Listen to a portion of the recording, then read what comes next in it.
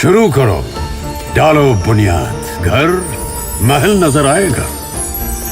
Wonder लाइए, wonder अपनाइए, फर्क नजर आएगा। वंडर सीमेंट, फर्क नजर आएगा। नमस्कार, मैं हूं रविंद्र जैन और आप देखना शुरू कर चुके हैं सबकी खबर। हम ये मानते हैं कि ये मध्य प्रदेश का सौभाग्य है कि मध्य प्रदेश को अनुराग जैन जैसे चीफ सेक्रेटरी मिले हैं। लेकिन अनुराग जैन के चीफ सेक्रेटरी रहते हुए भी मध्य प्रदेश में जिस तरह की प्रशासनिक अराजकता की स्थिति दिखाई दे रही है, उसके लिए हम किसे दोषी माने। आज मेरे साथ हैं वरिष्ठ पत्रकार रामेश्वर धाकड़ जी। रामेश्वर धाकड़ जी लगातार मंत्रालय की रिपोर्टिंग करते हैं। आज उन्होंने जो कुछ जानकारियां मुझसे शेयर की हैं, मेरे लिए भी बड़ी चौंकाने वाली हैं और इसीलिए आज मैंने रामेश्वर धाकड़ जी को अपने स्टूडियो बुलाया है। दरअसल धाकड़ जी का ये कहना है कि मध्य प्रदेश में पंचायत विभाग की बात की जाए तो मध्य प्रदेश में पंचायत विभाग में पिछले दिनों जो ट्रांसफ़र हुए थे, इनमें 128 सब इंजीनियर और 38 सहायक इंजीनियर। आप विश्वास करेंगे 90% लोगों ने अभी तक नई जगह पर ज्वाइन नहीं किया है। इसी प्रकार हम बात कर रहे हैं कि मध्य प्रदेश में जो जनपद पंचायतें हैं, जनपद पंचायतों में 63 जनपद पंचायत ऐसी हैं जहां सीईओ नहीं हैं। किसी ना किसी को कलेक्टर ने चार्ज दे रखा है, कहीं जूनियर हैं, कहीं सीनियर हैं। हालात क्या होंगे। और अब जो चौंकाने वाली जानकारी मुझे मिली है, आप सुनेंगे तो चौंक जाएंगे कि मध्य प्रदेश के 55 में से 10 जिले ऐसे हैं जहां एडीएम नहीं है, एडिशनल कलेक्टर नहीं है। आप सोचिए कैसे काम चल रहा होगा। इन जिलों में कलेक्टर प्रभारी मंत्री को झेले, कलेक्टर वहां भारतीय जनता पार्टी के नेताओं से संवाद करे, कलेक्टर भोपाल में बैठे हुए अधिकारियों के साथ कोऑर्डिनेशन करे। आखिर एक कलेक्टर की कितनी जिम्मेदारियां हो सकती हैं, कैसे कैसे जिले चल रहे हैं, ये भी एक आश्चर्य है। एडीएम ही नहीं है, एडिशनल कलेक्टर है ही नहीं, तो रेवेन्यू के काम कैसे निपट रहे होंगे। ये ऐसे सवाल हैं जो निश्चित तौर पे मुझे भी मतते हैं कि आखिर जो मुझे बताया गया है, उमरिया, हरदा, सीधी, सिंगरौली, श्योपुर, महूगंज, डिंडौरी, देवास, छिंदवाड़ा और झाबुआ एडिशनल कलेक्टर नहीं है इन जिलों में। कैसे ये जिले चल पा रहे होंगे एक कलेक्टर के भरोसे, अकेले कलेक्टर के भरोसे, क्योंकि कलेक्टर के बाद आपने वहाँ पे डिप्टी कलेक्टर दिए हैं, वो जूनियर हैं, अभी उनको उतना अनुभव नहीं है। और इस कलेक्टर के ऊपर कितना बर्डन है आप समझ सकते हैं। चीफ सेक्रेटरी को रिपोर्ट करनी है, मुख्यमंत्री को रिपोर्ट करनी है, मुख्यमंत्री और मुख्यमंत्रियों के वहाँ कार्य में तो भीड़ भी कलेक्टर को जुटानी है, फिर सबको जवाब भी देना है कलेक्टर को। भारतीय जनता पार्टी संगठन भी तमाम सारे आयोजन करता है तो उसको भी कोऑर्डिनेशन करना है। प्रभारी मंत्री आ रहे हैं तो उनको देखना है। कैसे काम हो रहा होगा बगैर एडिशनल कलेक्टर के, आप अंदाज लगाइए। एक और जानकारी मिली है कि शहडोल में जिला पंचायत के सीईओ ही नहीं है, तो काम कैसे हो रहा है। इसके अलावा हम कई खबरें देख रहे हैं मीडिया में।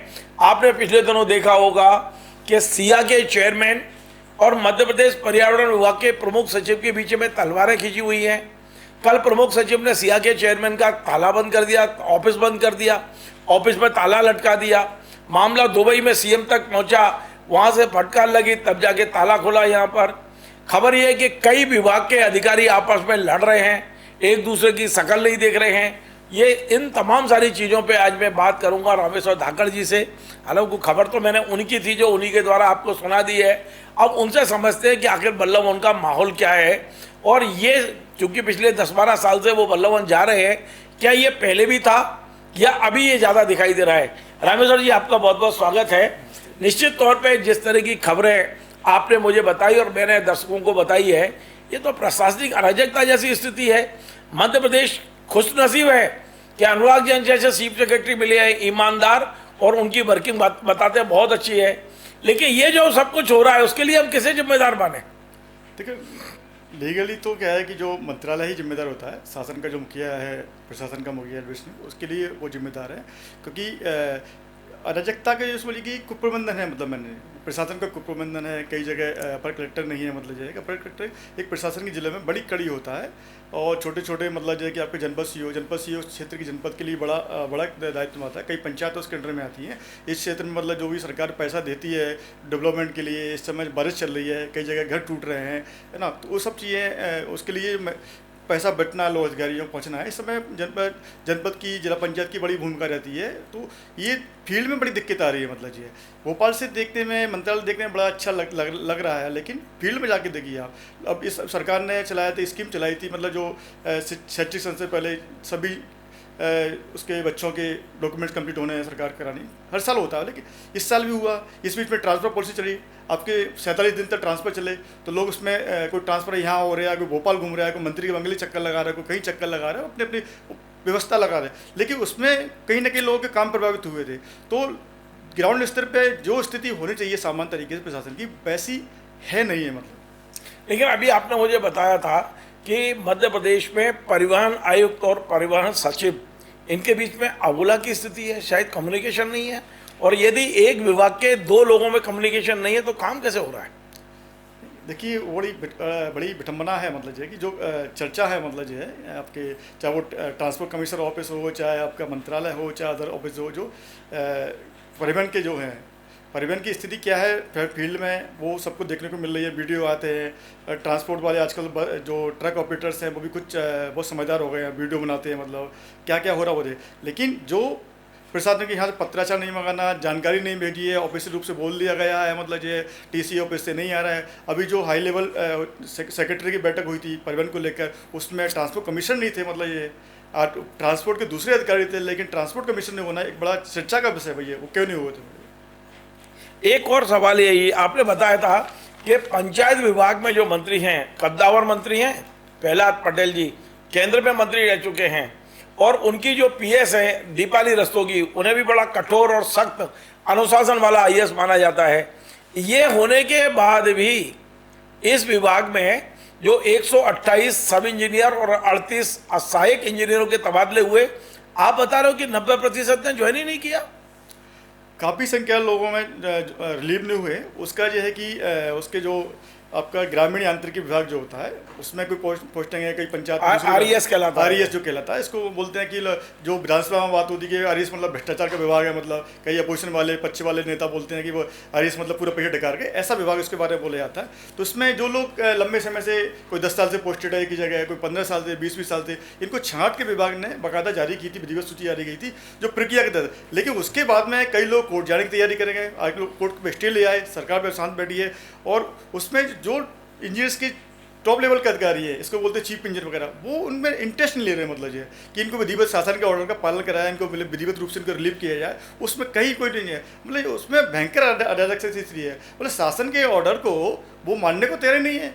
मतलब ट्रांसफर मतलब ये है कि वो ऐसा मानने कि ऐसे हमारा कोई बिल बाउचर हो, दबा लेंगे या कर लेंगे, उल्टा सीधे फिट बढ़ा लेंगे।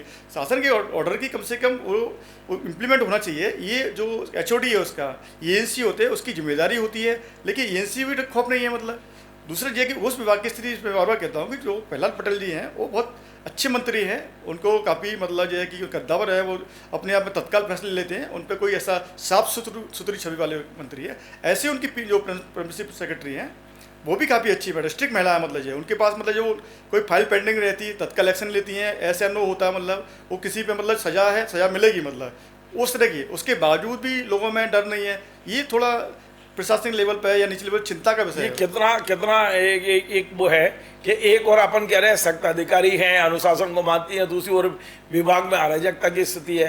फिलहाल मैं आपको लेके चलता हूं थोड़ा पर्यावरण विभाग की ओर। मध्य प्रदेश का पर्यावरण विभाग इस समय बड़ा चर्चा में है। कुछ लोग कोर्ट पहुंच गए हैं, कुछ मीडिया में आ गए हैं, कुछ सड़कों पर लड़ रहे हैं।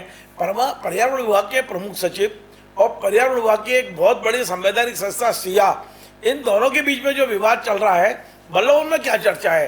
बाकी तो मैंने 2-3 खबरें दे दी हैं पहले, लगातार मेरे यहाँ चल रही हैं। ऐसी लड़ाई कभी आपने देखी है कि प्रमुख सचिव सिया के चेयरमैन का ताला लगवा देता है, फिर दुबई से सीएम का फोन आता है तो ताला खोल दिया जाता है?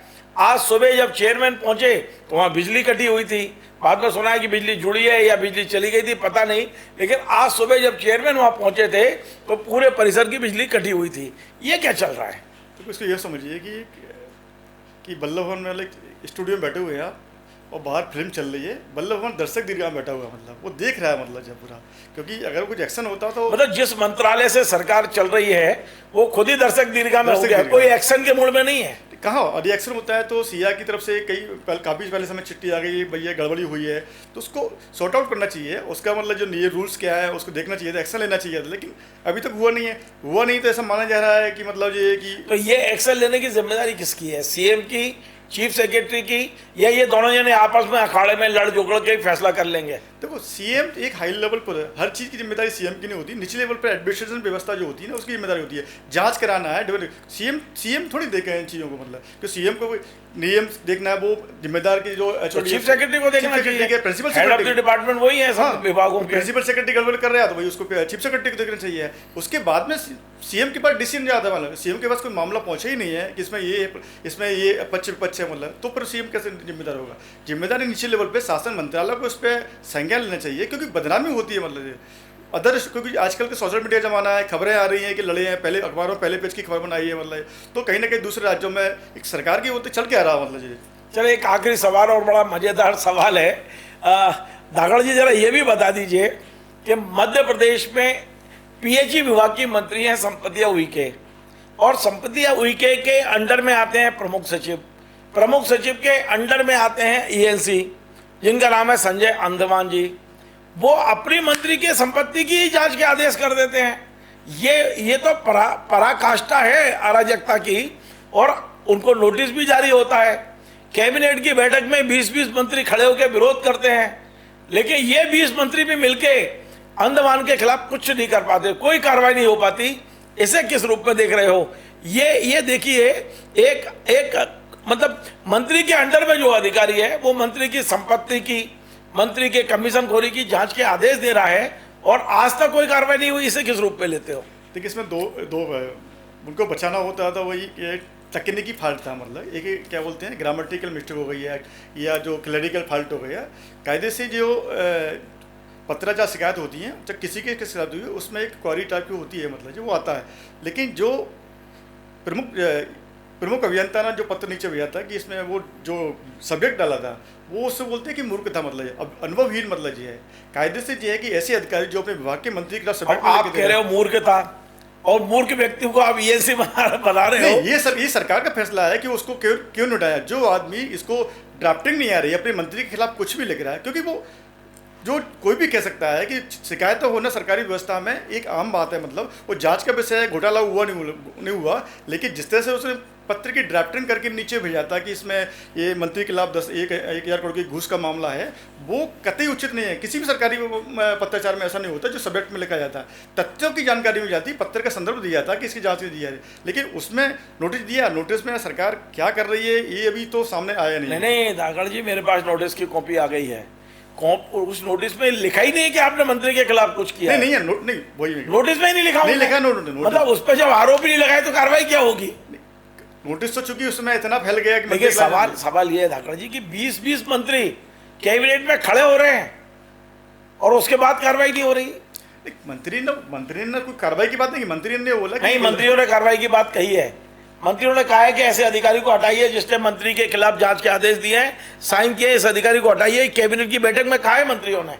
सरकार लेगी फैसला, अगर ऐसा मैं हटाया तो मतलब मेरे लेना चाहिए, जहाँ तक कि उस समय ये कहा जा रहा है कि मतलब सच्चाई है कि जब अंडमान अंधा हो गया, मतलब ये है अंधे होके साइन किए, मतलब ये है ऐसा उनके बारे में मंत्रालय में चर्चा थी इस लेवल पर। मतलब चलिए बहुत बहुत धन्यवाद। देखिए आज मैंने इस कार्यक्रम को बनाने का उद्देश्य सिर्फ और सिर्फ मध्य प्रदेश सरकार को एक अलार्म देना है, चेताना है, जगाना है, और मध्य प्रदेश में जो कुछ नीचे लेवल पर हो रहा है वो बेहद खतरनाक है, बेहद चिंताजनक है। जैसा कि अभी धाकड़ जी ने कई चीज़ें शेयर की हैं, उन्होंने बताया कि कम से कम 63 जिला जो जनपद पंचायतों में सीओ नहीं है, 10 जिलों में एडिशनल कलेक्टर नहीं है, अधिकारी आपस में एक दूसरे को देखना नहीं चाहते, आपस में जो गुटबाजी चल रही है। पर्यावरण विभाग में सिया और प्रमुख सचिव के बीच में जो कुछ तलवारें खिंची है वो हम देख रहे हैं, और हम लगातार देख रहे हैं कि पंचायत विभाग में जिन अधिकारियों के थोक तबादले किए थे 90% ज्वाइन करने को तैयार नहीं है। तो ये सारी चीज़ें हमने एक अलार्म के रूप में आज मीडिया के जरिए, अपने चैनल के जरिए सरकार के सामने रखी है और हम उम्मीद करते हैं कि सरकार इस पर तत्काल एक्शन लेगी। सरकार इन तमाम सारी कमियों को दूर करने की कोशिश करेगी। यदि नहीं करती है तो मध्य प्रदेश में प्रशासनिक अराजकता बढ़ने में टाइम नहीं लगेगा। बड़ा क्लियर हमारा कहना है कि प्रशासन को खड़ा करना जिम्मेदारी मुख्य सचिव की है। अब मुख्य सचिव को अपने हाथ में हंटर उठाना पड़ेगा, मुख्य सचिव को पूरे रिव्यू करने पड़ेंगे और हर विभाग में जहाँ जहाँ कमियाँ उनको दिखाई देती हैं उन्हें पूरा जरूर करें। यदि नहीं करेंगे तो निश्चित तौर पे ये मध्य प्रदेश के हित में नहीं होगा। आपको हमारा ये कार्यक्रम पसंद आए, आप इसे शेयर करें, लाइक करें, कमेंट करें और आपसे बार बार निवेदन है हमारे इस चैनल को सब्सक्राइब अवश्य करें। धन्यवाद।